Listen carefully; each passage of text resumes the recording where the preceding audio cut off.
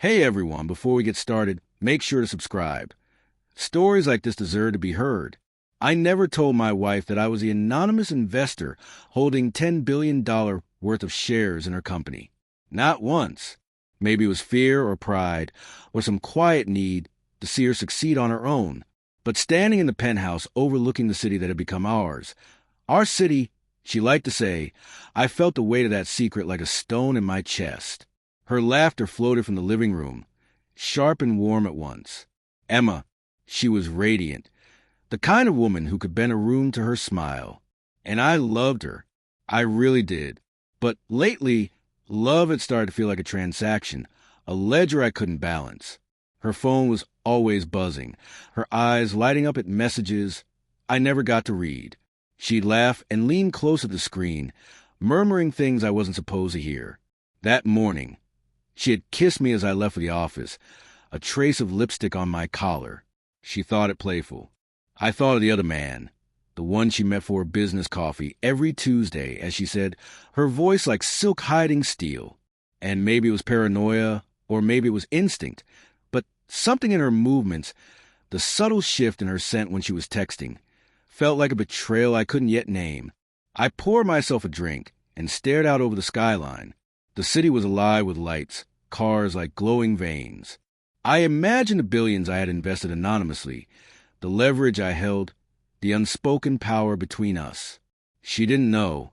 No one did. And maybe that was the point. Maybe this was the only way to watch her fly, without breaking us both in the process. Then my phone buzzed. A message from an unknown number. Emma's meeting today is not just business. I froze, the glass trembling in my hand. And that's when I realized I might not just be a hidden observer in her life. I might be next to become collateral. I should have ignored it. I really should have. But curiosity has a way of dragging you into the dark corners of your own fears. That afternoon, I pretended to work, my laptop open but my mind elsewhere, replaying every Tuesday morning, every late meeting, every fleeting glance she gave her phone. Emma walked in, radiant as ever, her heels clicking against the marble floor. She didn't notice my distraction. She never did. Not really, not when it mattered most. I tried to smile, tried to ask about her day. She gave me the usual, a bright, almost rehearsed grin, eyes flicking somewhere beyond me. The message kept echoing in my head. Not just business. Hours later, I couldn't resist. I traced a location through a private contact she had never known I could access. She was at the Ritz, sitting across from a man I had never met, a stranger with a presence that made my skin tighten. Their laughter was light, but their hands brushed too often, lingered too long. Emma's perfume hit me over the phone first, a scent I knew all too well. I wanted to storm in, confront her, shout, beg, demand answers, but something held me back. Maybe it was the knowledge that I was untouchable in this game, the billions hidden in shares she built with her own hands. Maybe it was pride, or maybe it was that deep, sinking fear of losing her completely if I revealed what I knew.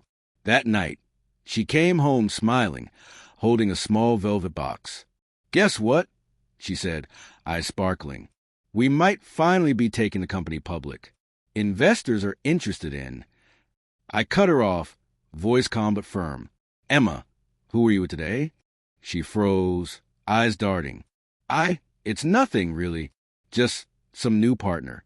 Business stuff." I nodded, hiding the storm in my chest, but inside, the world was tilting. I knew it wasn't just business.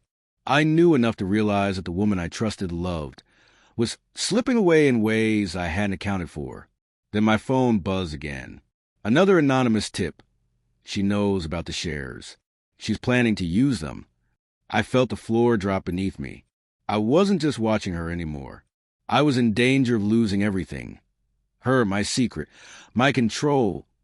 I waited until she fell asleep, the soft rise and fall of her chest masking the storm inside me. The penthouse was quiet, but every corner held tension. Every shadow whispered betrayal. I couldn't let this drag on any longer.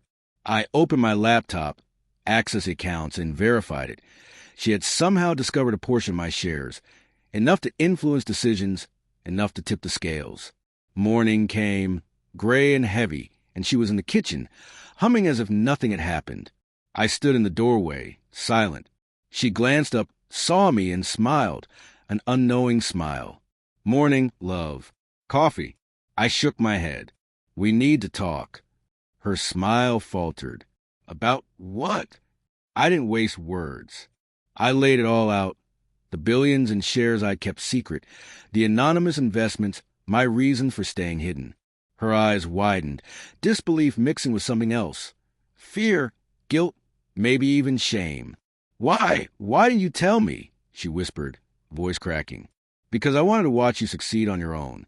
Because I had trusted you to be the person I fell in love with. And now, I said, holding up the evidence, I see that trust was misplaced. Her face turned pale. She tried to explain, stammering, twisting her words like a knot. But the truth was clear. She had considered using my secret, manipulating what she thought I'd never reveal. Her ambition had blinded her to us. I walked past her, leaving the laptop open, shares highlighted, emails exposed. I didn't yell. I didn't cry. I let the silence do the work. When I left the penthouse, the city lights glinting like tiny reminders of what we once had, I realized the betrayals are more than emotional. They're strategic. And love, no matter how deep, can't survive that kind of deception. Outside, the cold air hit me like clarity. I had protected my secret, but in doing so, I had to accept that the woman I loved was no longer on my side. I had invested everything in her, and lost not to fate, not to chance, but to the person I had trusted most.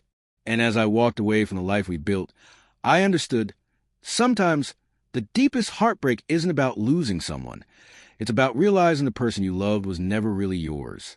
If this story resonated with you, leave a comment with your thoughts, and don't forget to subscribe. Sometimes the hardest lessons in love are the ones money can't fix.